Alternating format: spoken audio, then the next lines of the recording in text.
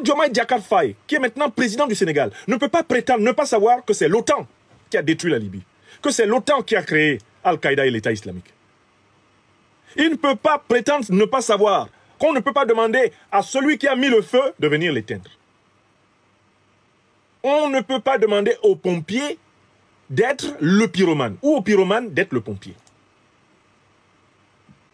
Au moment où les pays de l'Alliance des États du Sahel, qui ont justement compris qu'à l'origine, c'est l'OTAN qui a détruit la Libye, qui a assassiné Kadhafi et qui a armé Al-Qaïda pour attaquer le Sahel, au moment où les pays de l'Alliance des États du Sahel, qui l'ont compris, demandent aux troupes de l'OTAN de rentrer en Europe et en Amérique, Bassirou Diomaye Faye leur fait un appel opposé. Est-ce que vous vous rendez compte? Bassirou leur dit, venez. Le Mali leur a dit, partez. Rentrez en Europe. Rentrez en Amérique. Quittez le sol africain. D'accord? C'est ce que le Mali, c'est ce qu'Assimi Goïta a dit aux troupes de l'OTAN.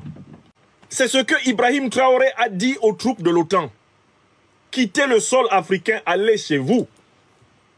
Allez sécuriser l'Europe et l'Amérique. Vous avez suffisamment de problèmes là-bas. C'est exactement ce message qui a été tenu par Abdourahmane Tiani au Niger à l'adresse des troupes européennes, des troupes américaines, des troupes de l'OTAN.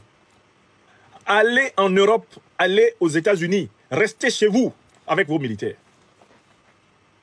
Je vous rappelle, symboliquement, que c'est cette semaine même que les derniers soldats allemands quittent le sol nigérien.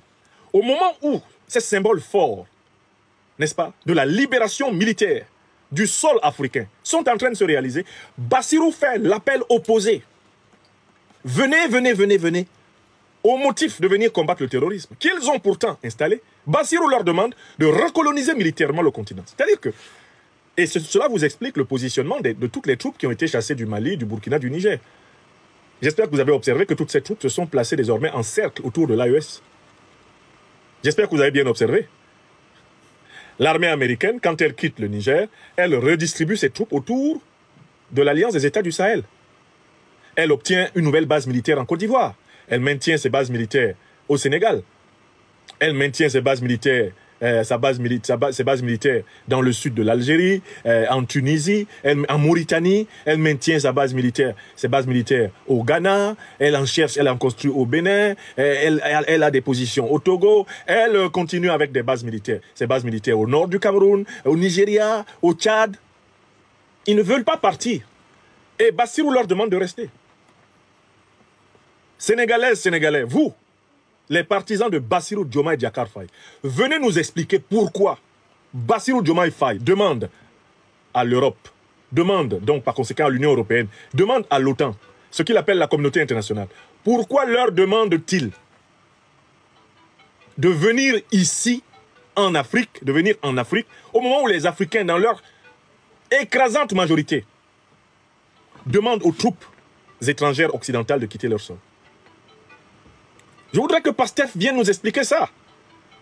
Il y a un parti au pouvoir au Sénégal qui vienne nous expliquer l'appel de Bassirou Diomaye Faye. Ces prétendus panafricanistes de Dakar. Qu'ils viennent nous expliquer à quoi correspond cet appel.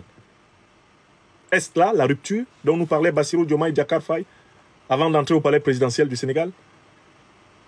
J'ai une phrase de lui qui est rapportée cette fois-ci par le site MaliWeb.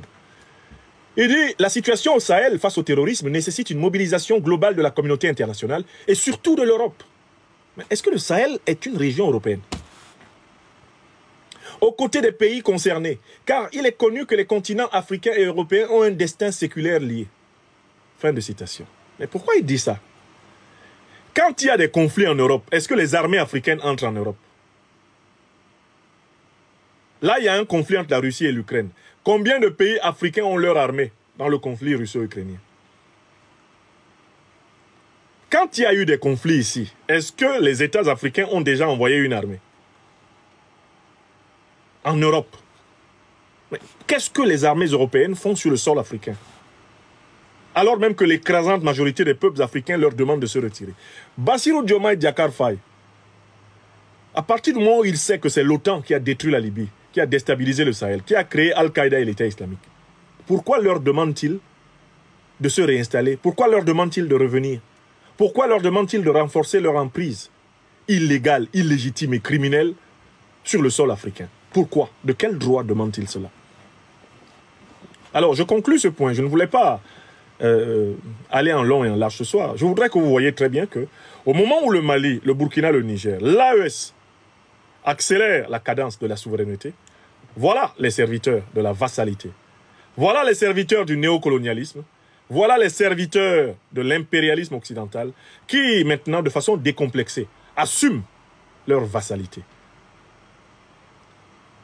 Voyez ce qu'a dit l'ambassadeur Issa Konfourou pour le compte du Mali et comparez cela à ce que dit Bassirou Diomaye Diakhar Faye pour le compte du Sénégal à propos de l'Afrique. Et vous comprendrez justement que l'Afrique est aujourd'hui le terrain de confrontation entre les panafricanistes et les néocolonisés.